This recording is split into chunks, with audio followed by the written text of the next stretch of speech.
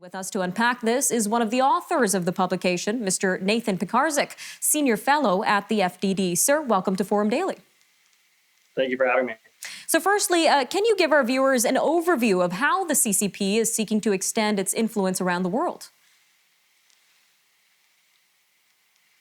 Party pursues a united front that combines private sector influence as well as engagement with state, local, provincial level authorities to curry influence, to seize positions of authority and information, access to information, and then to seize and deploy that influence through legislative means, through private sector and commercial means. And ultimately, we've been seeing this play out across the world in the way that domestic authorities and powers end up lobbying on behalf of Beijing.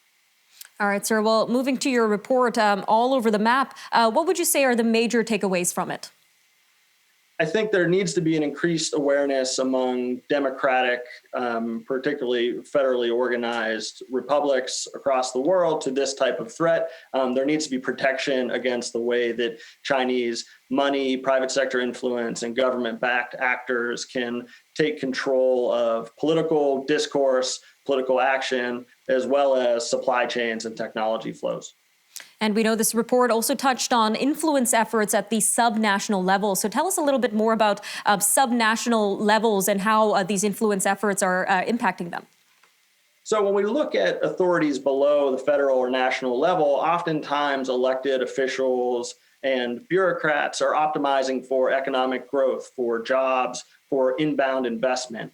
China recognizes this, and they use these lower level authorities, subnational, provincial, state, local, to get around concerns that might exist at national levels about national security threats, whether that's in terms of investing into critical infrastructure or buying real estate near military positions, as well as in putting pressure on federal authorities, national level authorities, to not take a hard line against China's interests, whether that's in recognizing human rights abuses in China or whether that's protecting the commercial influence that Chinese companies and government players may have accrued. And you mentioned that these negotiations are providing economic benefits at the subnational level. So are all of these influence attempts negative, or are there some positive aspects of it?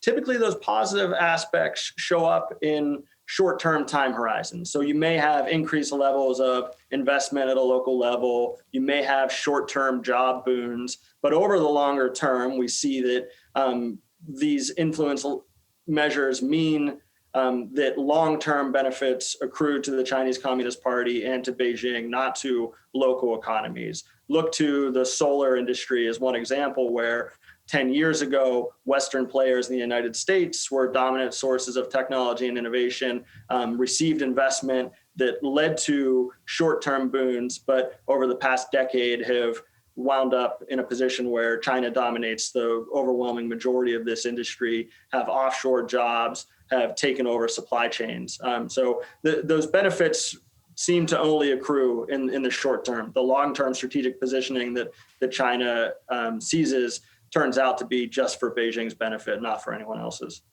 All right, so just under a minute left here, but many of our viewers are aware of the Belt and Road Initiative. But what are some other ways that the Chinese government is expanding its influence in the U.S. and Canada in particular? So direct investment, so buying technology, buying critical infrastructure, influencing data protocols, cross-border data flows, access to data that technology champions in the West may have access to, and then convening fora where elected officials from Canada or from the United States participate and go back to their home districts, their home provinces, and reiterate Chinese Communist Party talking points. This sort of softer method is something that I think that we shouldn't discount. I think that the shifting narrative, the use of Chinese Communist Party talking points is really a subversive measure that we see playing out over the long term and clearly directed by the Chinese Communist Party's ambitions here.